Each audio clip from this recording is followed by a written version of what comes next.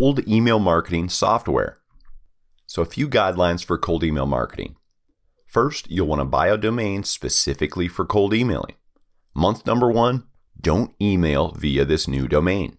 Domain age is a key factor in minimizing the chance of landing in spam email folders. Month number 2, launch an email warming up campaign to legitimize your domain in the eyes of spam filters. Finally, month 3, you can start cold emailing, but don't send more than 50 emails per day from this new domain. You can only cold email unsolicited marketing to B2B or business to business if you provide the business an option to unsubscribe from your emails. For email marketing individuals, you need consent per current spam laws. We suggest collecting opted-in users via software like ConvertKit, Lead Pages, or ClickFunnels. When you download this PDF, click this hyperlink to go to our landing pages tutorial at coursenvy.com/what-is-a-landing-page. On this page, we break down how to create a landing page and all the top solutions: Lead Pages, ClickFunnels, Webflow, ConvertKit, and so on. So first off, create a cold email domain. Never cold email from your main brand domain. With the potential for being flagged as spam, you don't want to hurt your main URL's reputation in Google search results and deliverability for your everyday business emails. So only cold email market from your specific cold email domain. For example, our main domain is Coursenvy.com, but our cold email domain is envyads.com. So it's similar, it includes our brand and includes what we do. Your cold email domain can be anything, but I like to be similar or pretty close to our main domain name. Month number 1, domain aging. So first, purchase your cold email domain and workspace. One requirement for cold email marketing is using Google Domains and Google Workspace. Google's default email records are exactly what you need to avoid spam filters. This includes the SPF, Sender Policy Framework, and DKIM, Domain Keys Identified Mail. Not all mail hosting services offer this, so using Google Workspace is required for cold email. So to do this, navigate to domains.google.com. So at domains.google.com, search for a cold email domain name similar to your main domain name, add that domain to your cart, then click the cart icon in the top right to check out. As you can see, we did Coursenvy ads, very similar. Add to cart. While checking out, make sure to toggle on this checkbox, Google Workspace. This enables that SPF and DKIM email records we need for optimal email deliverability from this URL. Plus, enabling this gives us the option to email and work via Gmail, a very user-friendly email interface. So scroll down. As you can see, we have Google Workspace checkbox. Here, input our name and our username for this cold email domain. So I selected info. So it'll be info@coursenvyads.com. One more thing to make sure to check mark here is that allow this account to manage domain settings. This is so I can set a redirect for the DNS. I'll show you in a second here.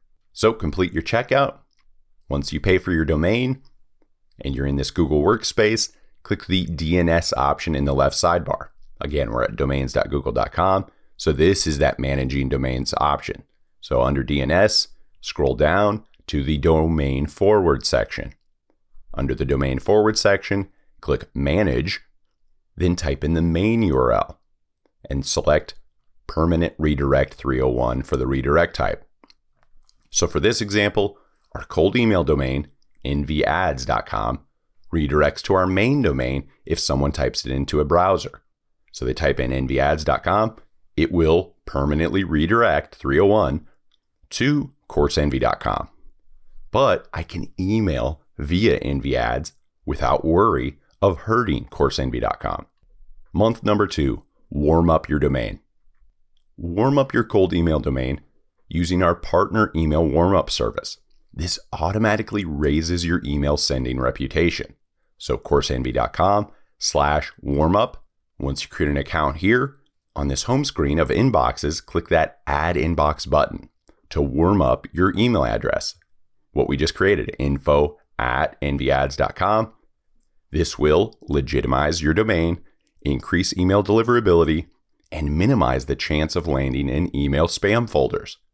So once you add your email address, click the Settings option for this email. On the settings page for this email address, click the Edit Schedule link. In this Edit Schedule pop-up, here you can see the warm-up preferences. How many do you want to send per day? What do you want your reply rate to be?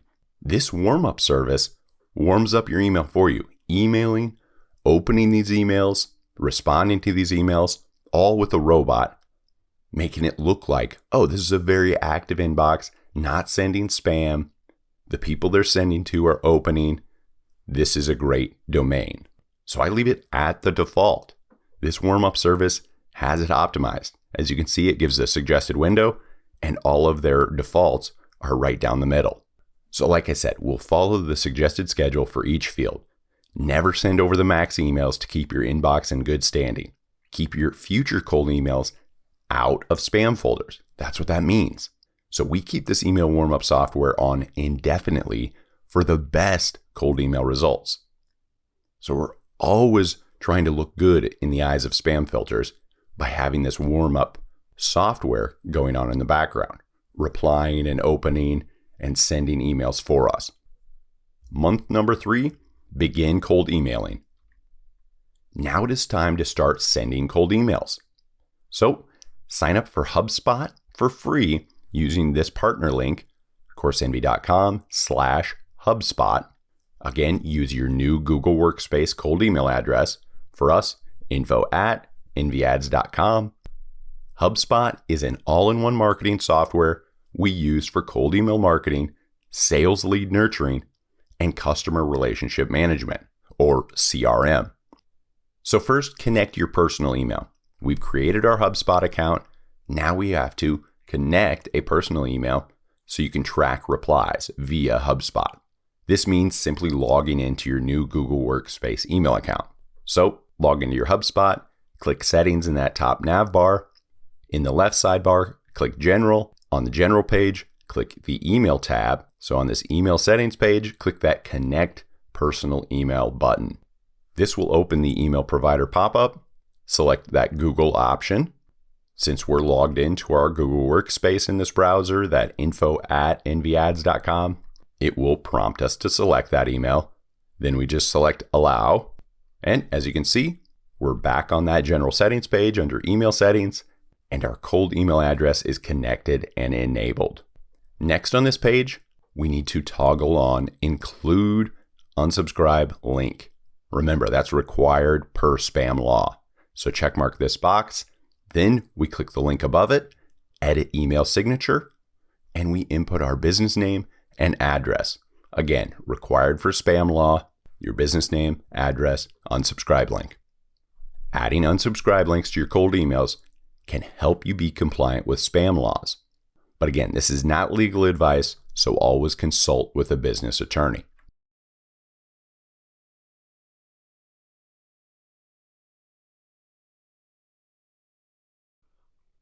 Next, we need to import contacts into our HubSpot account. So first, download a .csv file template from HubSpot. Again, when you download this PDF, you can click this link and download one of these templates. So navigate to your HubSpot contacts page. That's in the contacts menu and then contacts. On this contacts page in the top right corner, click the import button. Click the Start an Import button on this page. Select the File from Computer option. Select the One File option. Select the Multiple Objects option for how many objects you are importing.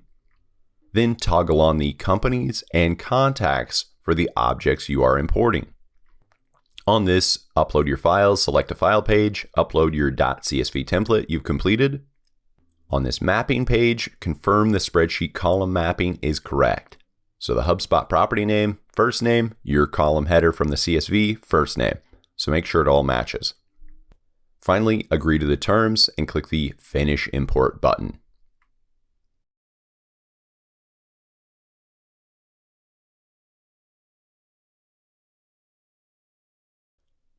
How to create a workflow in HubSpot. Workflow is a marketing term that refers to an automated process where emails are triggered based on set rules. I create workflows or automatic emails based on job titles. Job titles is a column in my .csv contact file upload. So let's create a workflow. Click the Workflows page in the Automation drop-down menu in your HubSpot account. On this Workflows page, click the Create Workflow button in the top right corner. This will redirect you to your workflow creation page. At the top middle, you can name your workflow. Then in the top left, you'll start from scratch and select a contact-based workflow. So for your type of workflow, just select blank workflow. We're going to build this from scratch. So here's your workflow. This is a step-by-step action item. So you'll need to add actions to your workflow. So step 1, step 2, and so on. Step 1 is adding a trigger.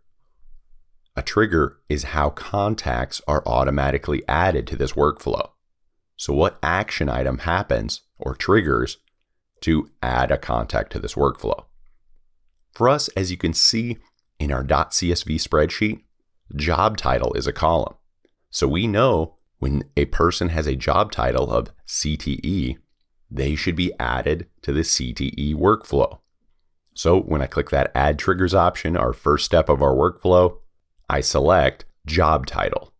Trigger workflow when job title, a contact's job title, is equal to any.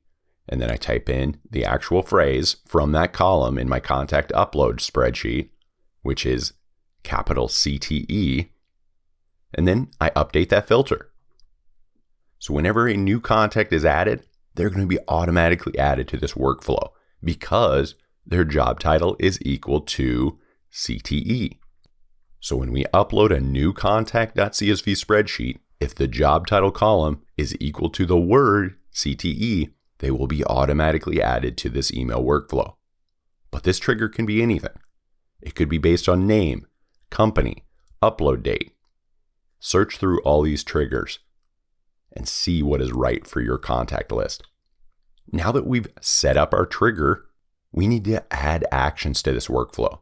So I'll click that plus sign button below the trigger and below each action going forward and choose an action from this menu that pops up on the right sidebar.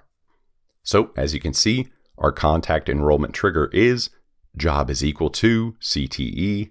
I clicked that plus button to add an action. In the right sidebar, choose an action menu. I select delay for a set amount of time. We like to set a time delay between emails so our sales emails don't all send on the same day. We want to space them out. So I've set 1 hour. After someone is added to this, in an hour, the first email will be sent. Save this action. Now our time delay action has been added to our workflow. So step 1, job title CTE. Step 2, delay for an hour. Then I click that plus sign, add an action below that. And this next action will be send email. So like I said, click that plus sign. We're adding a new action below these 2 workflow steps. And I select send email. This will be our next action.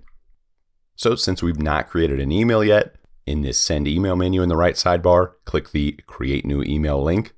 So first, name your email for internal reference. CTE number 1, we know this is our first email for job title CTE.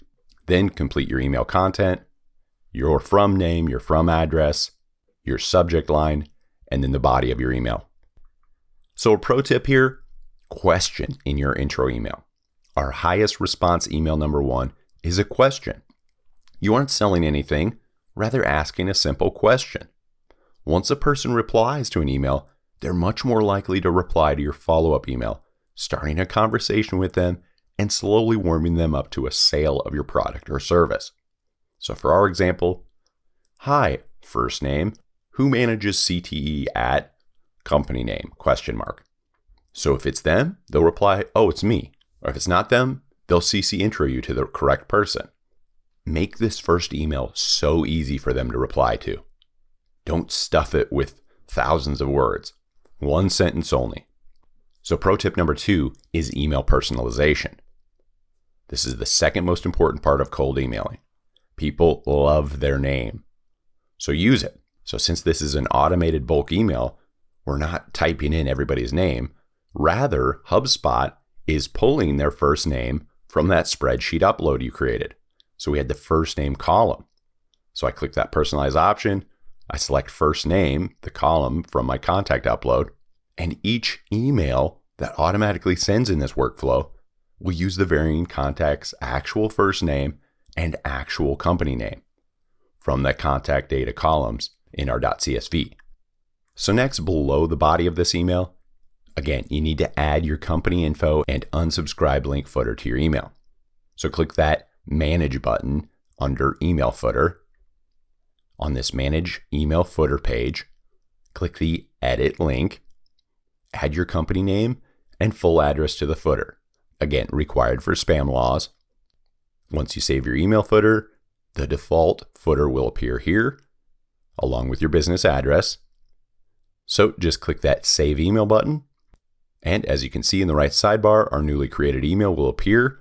We'll select the option, the little radio button. I select that next to CTE number 1 email. Then I click Save. And as you can see, our next action item has been added to our workflow. First, somebody with the job title CTE is uploaded to our contact list. They're added to this workflow. 1 hour later, we send them email number 1 with a personalized first name and a personalized company name. So let's publish this workflow. We can add to it later. So click that Review and Publish button in the top right corner to turn this workflow on. On this workflow review page, before turning on the workflow, scroll down to set a workflow goal. So as you can see, we've scrolled down to the contacts will be removed when they meet the following goal criteria. So if a contact reaches your goal, you don't want to keep auto emailing them. Therefore, you need to create a goal criteria so the contact is removed once they meet your goal. So that's why we select Edit next to this option. Now, the workflow goal pop-up will appear. So for this, we select Marketing Emails. Next, we select the marketing email that we want to unenroll contacts from when they reach our goal. So CTE number 1 is our email name. We'll select that. Next, we need to select our goal criteria, which will be contact replied to email. So with sales email, you want to stop the automated follow-up emails once the cold email contact has replied, because then you're going to reply in person in your own Gmail account and back and forth with this user, answer their questions, provide value, and make the sale. So once we've selected that, as you can see, contacts will be automatically unenrolled from this workflow when they meet your goal. Your goal is marketing email activity. The goal criteria is replied to email named CTE number 1. So review your workflow goal. Contacts will be automatically unenrolled from this workflow when they meet your goal, such as replied to email CTE number 1. So we're happy with this. Click the Save button. And on this workflow review page, click the Turn On button in the top right. So on this workflows page, you will see your workflow is turned on. So let's click that workflow name to view its performance. So on this workflow page, click the Performance tab to see your workflow data, such as delivery rate, open rate, click rate. As you can see, 100% of our emails have been sent, 100% delivered, but 0 have opened. But we did just send this, so we'll come back later and keep checking this. We can also view specific contact activity. To do this, navigate to the Contacts page. So top left corner, Contacts dropdown, select Contacts. On the Contacts page, select any contact name from the list. So we click this one we've uploaded. On this Contacts activity page, you can view the email activity specific to this contact. So you can see the date we sent them an email. You can see if they opened it, see if they replied, and so on. So now let's say we want to edit our email. We're not getting responses. We want to edit it. So under the marketing navbar option menu, select email. So it's on this marketing email page. We can see our past created emails. CTE number 1, for example. But say I want to create a new email. I want to create a follow-up, CTE number 2. So on this email page, click the Create Email button. So we'll choose an email type. Again, it's going to be automated because we're adding it to our current workflow, an automatic workflow. Next, we'll be prompted to select a template for this email. We see the highest deliverability with plain text emails. A plain email is no HTML, so it has a higher deliverability rate. So we'll select plain email. We'll name our email. So CTE number 2, this is going to be a follow-up. And again, personalization is key. We'll pull the first name from our contact data. So hi, click the personalize button, select first name, and then make sure to check mark the global default value box. So use this property's global default value. So hi, first name, comma. For follow-up emails, a great follow-up email for leads that haven't replied to our first email is simply, I am sure you're busy, just bumping this to the top of your inbox. Thank you. People do get busy. Sometimes they forget. So this is a nice little way to bump it back to the top of their inbox, literally. Next, click this settings tab on this email creation page. Scroll down to the subject line, add a subject line, then click the Review and Save button in the top right corner. Next, we'll go to our Workflows page. Under Automations, click Workflows, click on our workflow name, CTE Workflow for this example. And again, we're going to click that plus sign at the bottom of this workflow to add a new action. So like I said, I want to space out my emails. I don't want to email them all the same day. The best results we see are from spacing out emails by 5 days. So again, I click that action plus sign. In the right sidebar action menu, I select delay for a set amount of time. Then I input 5 days and save this action item. So as you can see, a user is added, they're emailed, we wait 5 days, and now click the plus sign again to add a new action. This is where we add email number 2, our second follow-up. So we select email, send email for this new action item. In this send email option menu, I select CTE number 2, that second follow-up email we just created. So I select that, click the save button, and now as you can see, our workflow is fleshing out. A person is added. They are emailed number 1. There's a delay for 5 days. Email number 2 is automatically emailed. But note, now that we have 2 emails in our automated email workflow, we need to update our workflow goal. So in the top left corner, click the View or Edit Goal button to unenroll contacts that have replied to either of these emails. Remember, you don't want to send automatic emails if they've already replied to you. So in this workflow goal pop-up, you can see our initial goal is still in there, the goal criteria of they replied to CTE number 1. So I'll click the OR button. They replied to CTE number 1 or replied to CTE number 2 email. So again, marketing emails for the filter. Then for the criteria is email number 2 name. And for the goal criteria, contact replied to email. Then I click the Apply Filter button. So review your workflow goal. Contacts will be automatically unenrolled from this workflow when they meet your goal of replying to CTE number 1 or replying to CTE number 2. So that's our goal. This is great. Click the Save button.